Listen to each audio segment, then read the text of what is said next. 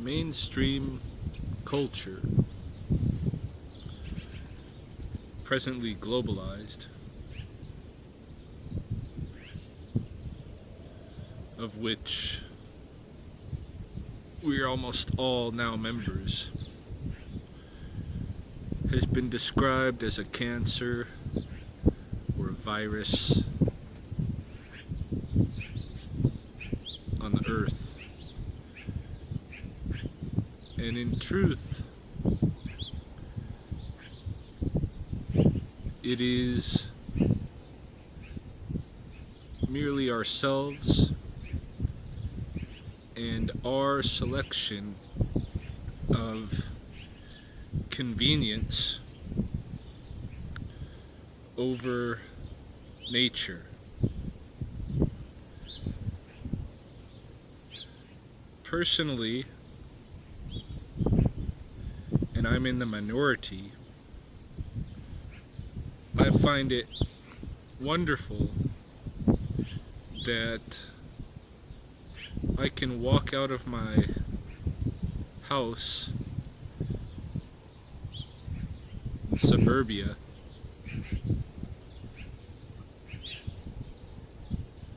in the subdivisions, and really the neighborhood that I live in is just the very picture of this culture.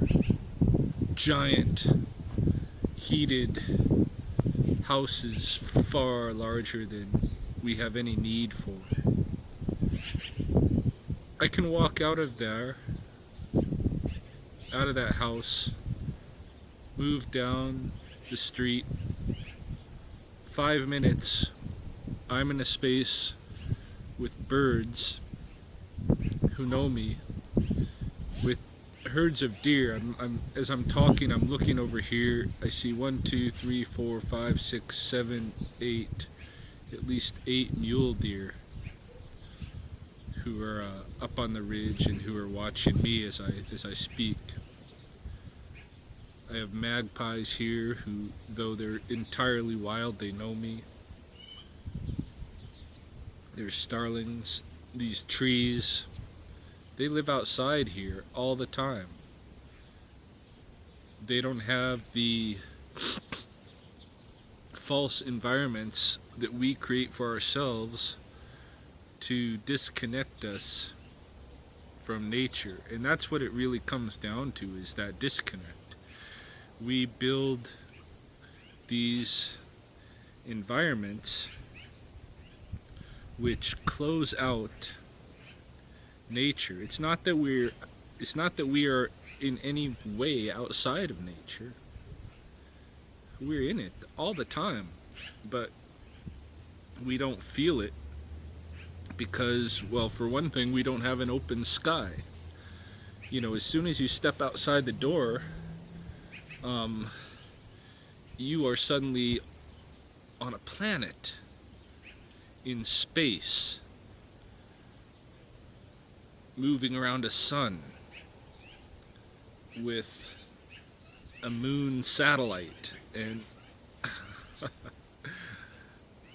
you're suddenly in a very different place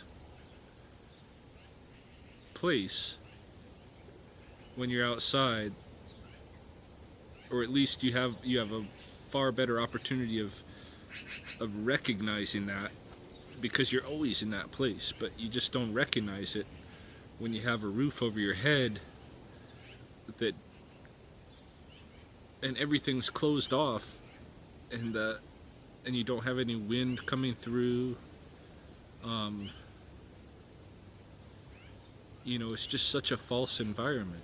You don't have the sounds of the nature around you.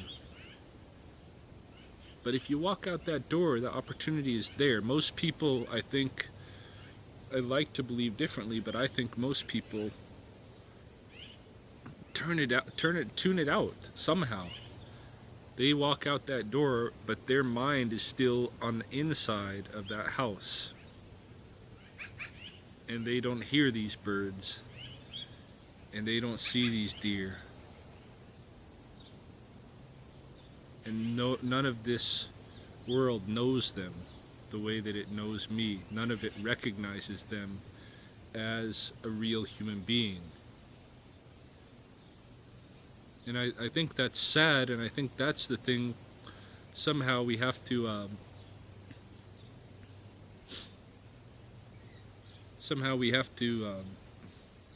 open ourselves to as a first step to healing our culture, because our culture is not bad. It's just that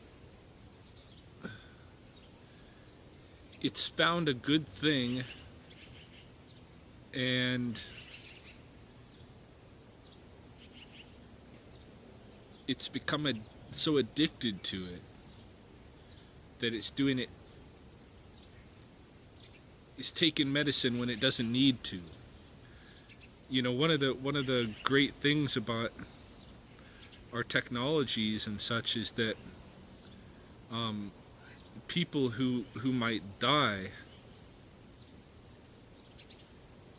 who might literally die, are saved. My wife and daughter, for instance, both of them would be dead. Would have been dead 20 years ago if it wasn't for our medical technologies.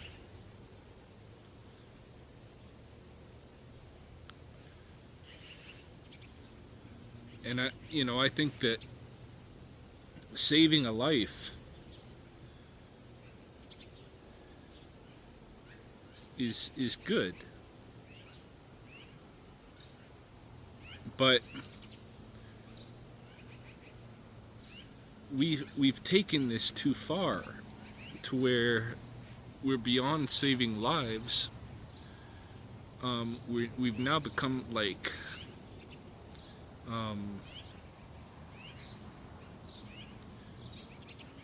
what do you call it when you have a phobia that you're sick all the time, that you're always inventing these notions of these problems where you think that you're ill but you're not. I forget the name of that. But that's what we're like. And so, like, for instance, we take our water, which we could be drinking perfectly fine natural water with good mineral content, with with bacteria and microbes that would help us health-wise, but because we are hyper afraid of what microbes and bacteria, the bad ones, can do to us, then we take our water and we filter out everything. We take away all of the good stuff, all of the good bacteria, all the good microbes, all of the the healthy minerals, and we put like chloride and fluoride and crazy chemicals into the water, replacing these things that are good. We become mineral deficient, and we're drinking these strange chemicals, and we do this to all of our food as well. And in the end, we're actually hurting ourselves, but we're doing it in a way that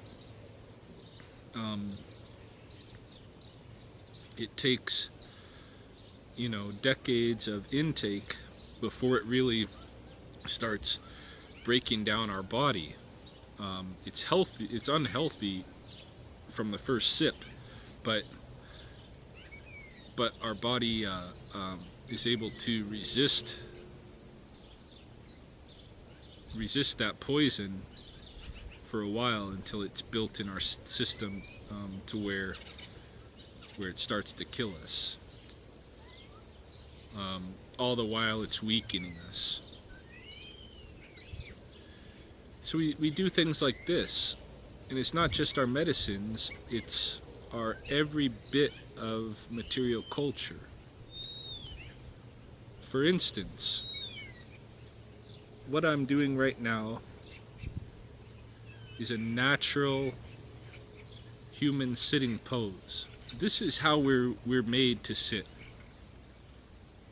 We are made to squat. To be able to squat down like this with our heels on the ground and to feel comfortable doing so. Now, I don't feel entirely comfortable doing this. I feel pressure in my shins. I feel, the muscles in my thighs are working. They're supposed to be working. When we were children, we could do this and it was natural. We would just squat like this. This is how we would sit down. But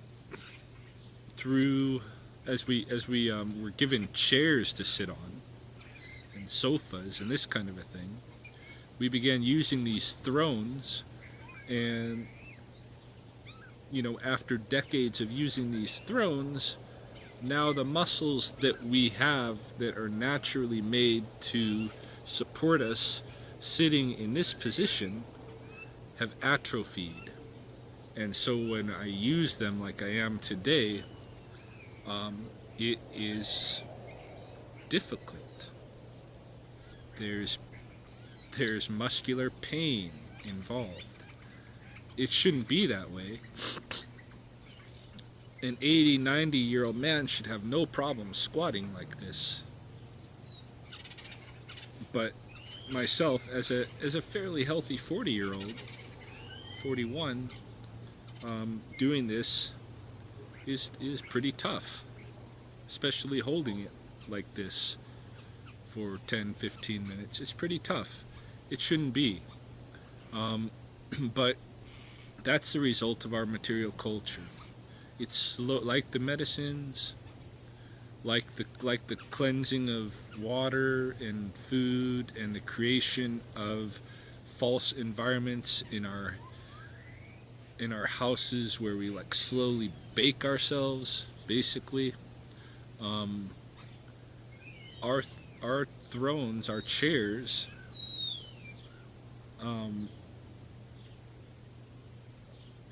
cause us to stop using the muscles that we are naturally born to use, and in fact cause us to start making those muscles atrophy. I mean, for instance, these gluteus muscles on our backsides, they are not actually built as cushions for our sacrum, for our hips and these kind of things. That's not what they're meant to do. They're not just meant to be cushions. They're actually meant to help us rotate the hips and lift the femur, basically lifting the whole leg. They're there to help us get from this squatted position to a standing position and back again. They're there to help us ascend slopes, step up onto things. That's what they're made to do. They're not made to sit on. And yet, for convenience, our culture has us sitting on these things. And it's a little bit easier than squatting, or maybe it's made to seem that way in our adulthood because we left our childhood squatting behind and adopted these chairs. We spend far too much time sitting around. Our ancestors walked, ran, squatted. They moved the body in the ways that have left us with the genetic inheritance that we have. And our bodies are not like super strong or anything. We actually, in terms of geologic history, we fairly recently made a major transformation where we gave up our quadruped build with where we had 4 hands. We gave up 2 of our hands to have locomotion, and basically to have standing up and running. That's what we gave up 2 hands for standing up and running.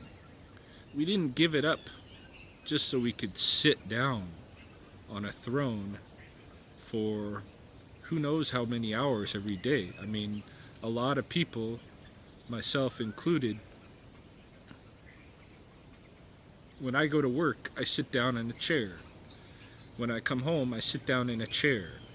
I spend a couple of hours a day exercising. I might have, once or twice a week when I can get outside and hike around for 4 or 5 hours. But the vast majority of my life I spend sitting on my ass. And that's not good, and that needs a change. I recognize that. And in the same manner, getting out of the chair, standing up or squatting, agreeing to do that is the same in a way as agreeing to walk outside the house and recognize that you're on a planet. See the sky for what it is, hear the birds, become aware of these trees as living beings that really, I'm in this nature world and I'm part of it. And I need to reconnect with not only this other nature, but the nature of myself. And part of the way of doing that is going to be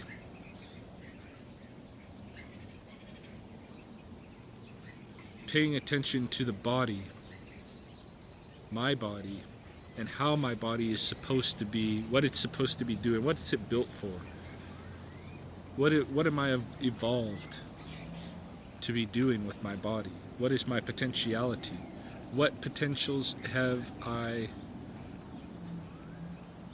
let go of for the sake of supporting or relying on our material culture conveniences. This is part of my project of becoming a more complete human being. Squatting, to me, is a part of my kung fu, and I need to do it more often. I need to take the time to do it in the same manner as I take the time to come out here every morning and be with the birds.